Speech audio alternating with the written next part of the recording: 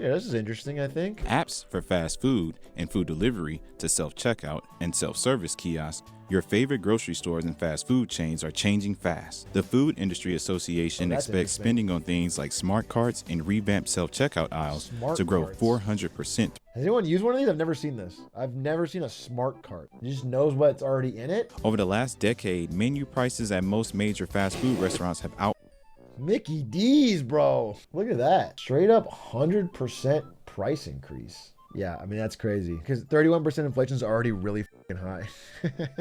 And then raising it 70% more than that. We're also investing for long-term growth in areas like digital and technology, as well as our transformation efforts within our global business services organization. I think it's something like this is so interesting to me because this guy has dedicated his whole life to helping McDonald's squeeze out more profit.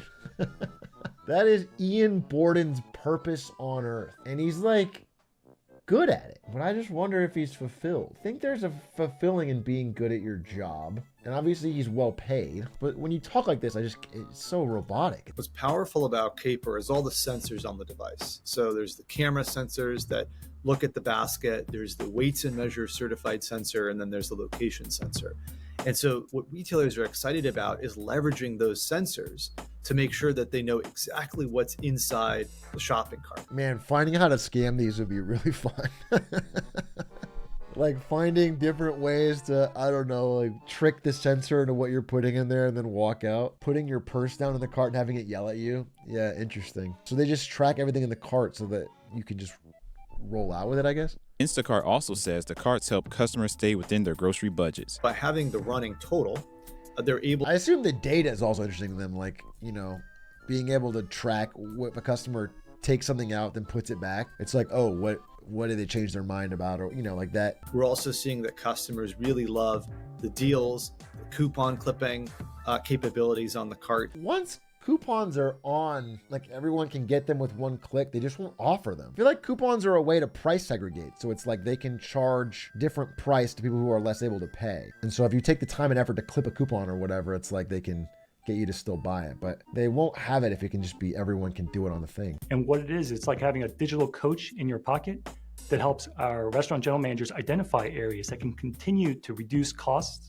of running a restaurant and really providing an overall better experience for us. They have a fast food manager, ChatGPT, telling you what to do. Its digital business is booming, with its digital sales accounting for 50% of sales in Q1 of 2024. Maybe a week ago, we were trying to go out to dinner and we're trying to pick a place on group chat. And then Lud was like, dude, I got this fire banh mi spot. I found a fire banh mi spot. It's amazing. We gotta go. We gotta go. So we all show up there and I look in the window and they're making pizza. There's like two guys, I'm just gonna say it, they're not Asian, and they're making pizza. And I checked the front. I'm there early. I checked the front. It's a fucking ghost kitchen that makes everything. There's like 42 restaurants out of this same building. And they're like, yeah, you could order banh mi. I mean, it's like all the different logos. It says like 42 logos, and it's all just made for Uber Eats delivery. Was it good though? We didn't eat there. We obviously didn't eat the world's most authentic banh mi. We can go in and make sure that a customer comes into the app and feels a personal touch where we know their name, we store their credit card information, and make things easy to do. Knowing my name is the first step, but I would love if it knew my greatest fears. I wonder if it knew my soul. I want you to harvest so much data that when I open my Pizza Hut app, it talks to my deepest yearnings and, you know, fear of not belonging or whatever. I want it to be like I want you to write me a poem. I want it to know me better than me. I want my Pizza Hut ass to ask why I didn't challenge myself today. You know what I'm saying? Or ask about my nightmares I've been having. Yeah, exactly. I want it to really, I don't just want a pizza. Or if it knows that I only order pizza when I'm feeling kind of depressed and need a pick-me-up, I want it to subtly depress me. I wanted to try and kind of bring me down and then offer me a pizza as therapy so that I buy more pizza. With self-checkout, there are a lot more errors. People mis-scanning things. People maybe deliver. Bro, people aren't mis-scanning. People are stealing, bro. But the other issue is that while self-checkout is liked by some people, it's absolutely hated by other people. It makes the customer do more of the work. And some people just don't like that, especially in a grocery store where you've got a lot of stuff to bag and scan. Dude, one thing I liked about the few years I lived in Europe was that the way town was set up, it was less likely that you would have to do these massive grocery trips where you would get like enough food for a fucking winter. You would often shop for a few days because it's so close and convenient. Yeah, you could even shop for that night. We've seen ranges go from 18% higher through the use of kiosks up to 30 in some of our markets. And we think this is a win-win for both our customers and for them. Me stuck in the corner of a party talking to this guy. Oh, dude, really? Wow, 13%? That's awesome. That's so sick, bro. I'm gonna go get a beer. Do you want it? AI tech in shopping carts is being well received, but AI in drive-thru faces many hurdles. Wait, I don't get it. Why do you have to go to the fucking front if you have a self-checkout cart? What's the purpose of it? You pay at cashier? Well then, oh man, I feel like if you can't just check out at the front, that's crazy. They just get rid of the scanning? Is the scanning that overwhelming? Oh, that's crazy. That seems like such a small efficiency gain. What we do believe is that technology can play a really big role in empowering our team members to spend more time on valuable activities like spending time with the customer. And technology can help in areas that our customers really value. Things like improving order accuracy. While food prices do remain an important part of a customer's decision, we believe that the experience that they have digitally is going to be a key differentiator. Today, customers want more than just the meal. Is he reading off a prompter or is he really that robotic? He's reading? I guess. I mean, it felt so weird and staged. Hey, big A, I bought half a flat of blackberries. How do I eat them all before they go bad? Speaking of blackberries, I have nothing to tell you about your insane predicaments where you have to eat half a flat. What does that mean? I went to basketball on Sunday and we were playing with Connor Dog VA, and I think his first time seeing an orange ball, a ball that wasn't. He tried to kick it with his feet. After that, we go out to dinner, have a good time, and then decide to go to dessert. And the problem is, okay, I made a big stink.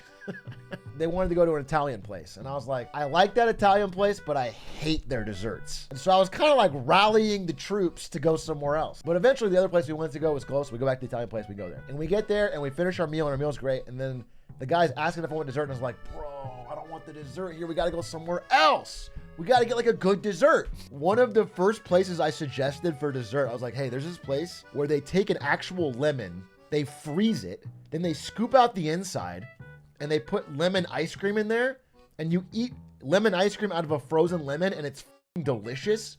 It's like phenomenal. And he had a face of actual disgust. And he was not interested at all. He's like, no, I would never eat that. He's like, the only way I would eat that, and this is, I mean, he was joking, but he did say this, is if they put beans in it. He wouldn't have it. So we had to figure it out. Anyway, we settle on a place. We settle on a place that makes pie. They're known for their pie.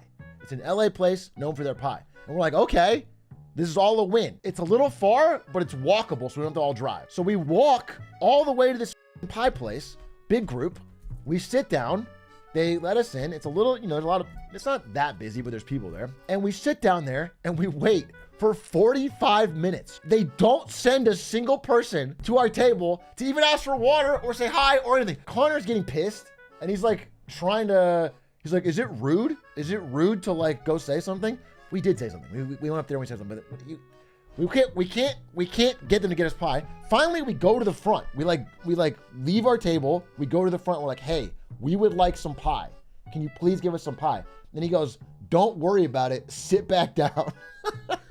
It's like, don't worry about it. I got a guy on the way. Sit back down. Well, we are a little worried about it because it's been 45 minutes. We're just sitting. No one's even come by. So then we sit down and now it's like coming up on, literally like midnight. It's getting late and nobody comes.